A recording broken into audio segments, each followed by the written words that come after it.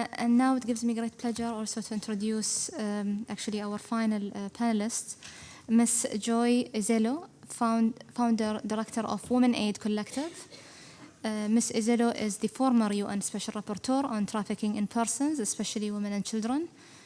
She served at the United Nations during the period from 2008 to 2014, and as a member of the Board of Trustees for the UN Voluntary Trust Fund for Victims of Human Trafficking from 2013 to 2016. She was the former Commissioner for Gender and Social Development at the Ezeilo State, a federal delegate to the National Political Reform Conference, and also served as a member of the Governing Council of the Nigerian Institute of International Affairs. Ms. Ezeilo, the floor is yours.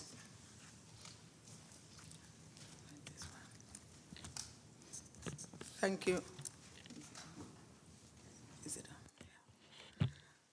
Thank you, Madam Chair, Your Excellencies, distinguished delegates, ladies and gentlemen. I bring you greetings from Nigeria and the African continent. I thank His Excellency, the President of the General Assembly, for the invitation to participate at this high level as a non-governmental delegate and one of the two chosen through open competitive process, which is novel and a welcome development. I am consciously excited to be speaking at this forum as a scholar, activist, civil society person, human rights defender, who has worked at local, regional, and global levels on the subject of discussion today. The UN Global Plan of Action in Trafficking in Persons was adopted in 2010, and today we are here once more to appraise progress that has been made. Yes, we have made progress. Yes, there are formidable challenges, and yes, our work is far from being done. And yes, we can significantly and collectively take concrete action to implement the GPA with enough political and economic will. For now, sadly, economic will and existing resources does not match the political will. The traffickers continue to reap huge profits from this ugly phenomenon that continues to shame humanity. My sense of the pervasiveness of the problem of trafficking in person, just to give an indication, you've had a lot of statistical information, and then of course there are difficulties in gathering data, is that for every 4 trafficked person, 1 is an African and 2 of Asian origin, and the rest of the world share the remaining 2. Africa has become a major source and supplier of trafficked persons around the world, as increasing number of women and girls, men and boys are trafficked within and outside the region. There are several intertwining factors that cause or fuel trafficking in the continent, and they include poverty, unemployment, corruption, conflict, the globalization of the economy, the ease of travel even within the continent, especially within West and Central Africa, the demand for cheap labor in developed countries, cultural or religious norms, including fetish practices of oath swearing at shrine or administered by native doctors, which make it difficult even for victims to tell on their traffickers. The problem of human trafficking sadly touches on areas such as gender, good governance, and education.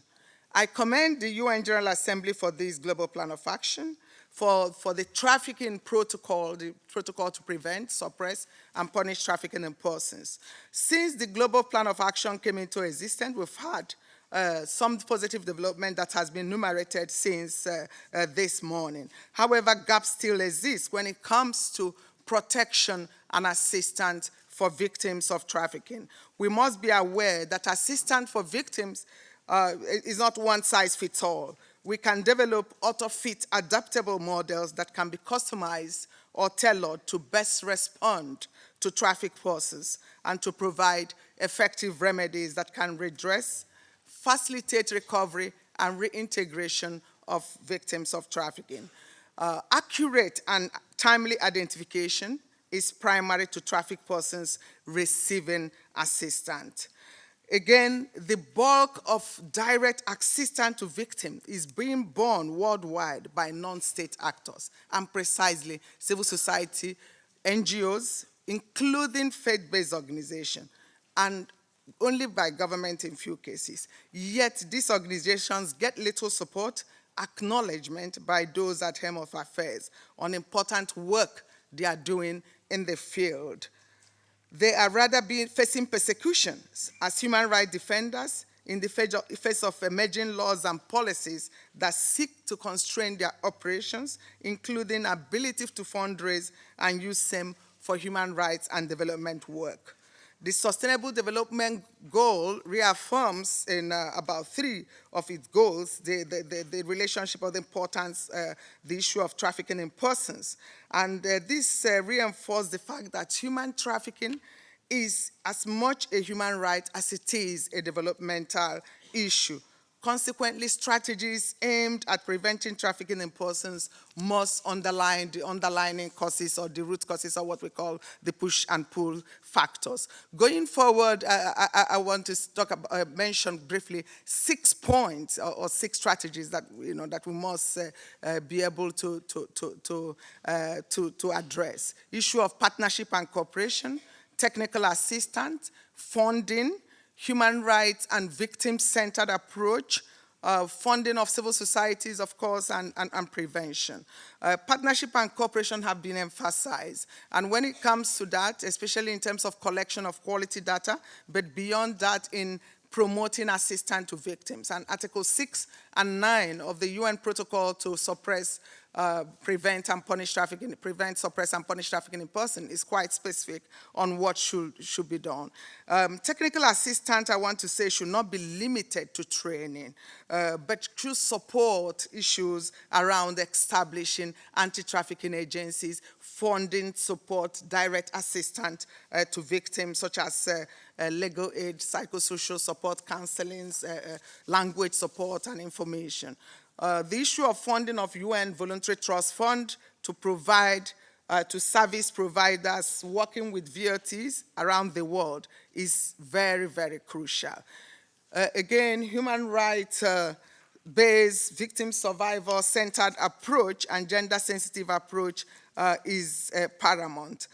Funding of CSO is essential because unfortunately the funding is dwindling and many CSO cannot afford to provide the services that they do provide today. I want to say a bit in conclusion, mindful of the time, that the GPA has renewed the urgency to end all forms of trafficking in persons, especially women and children, and to ensure that the promotion and protection of human rights of victims of trafficking in persons is at the core of any effort to combat trafficking in persons. The victims of trafficking have been involved somewhat in a limited sense in relation to anti-trafficking measures, especially ones targeted at prevention and effective remedies for harm suffered. The political will is there, but the budget to operationalize that will into concrete action is lacking. In fact, this should worry all stakeholders that want to see an end to human trafficking and the 21st century slavery. You will readily agree with me that a multi-billion-dollar thriving business by traffickers cannot be combated with few $1 million. Indeed, the UN Trust Fund receives less than $1 million a year, and the chair has said this. There is need for more effective technical assistance to governments and NGOs, especially in the African continent, where resources are far dwindling and opportunities closing up. I am here on this table discussing this important issue because of private effort. Victims need our support to survive their victimization. They need tailored humanitarian assistance, including legal, medical, counseling, residency rights, safe reparation, and work for sustainable livelihood. Finally, Madam Chairperson, the time for action to transform the laudable goals of Global Plan of Action and the United Nations Protocol to prevent, suppress, and punish trafficking in persons is now. We cannot pretend to be deaf to the cries of the victims and the tales of woes of their victimization. Enough is enough. Let us demonstrate that we truly care for a world free from all forms of trafficking in person. Let us build bridges and join hands to stop human trafficking. And importantly, let us put our money where our mouth is. Thank you. Thank you.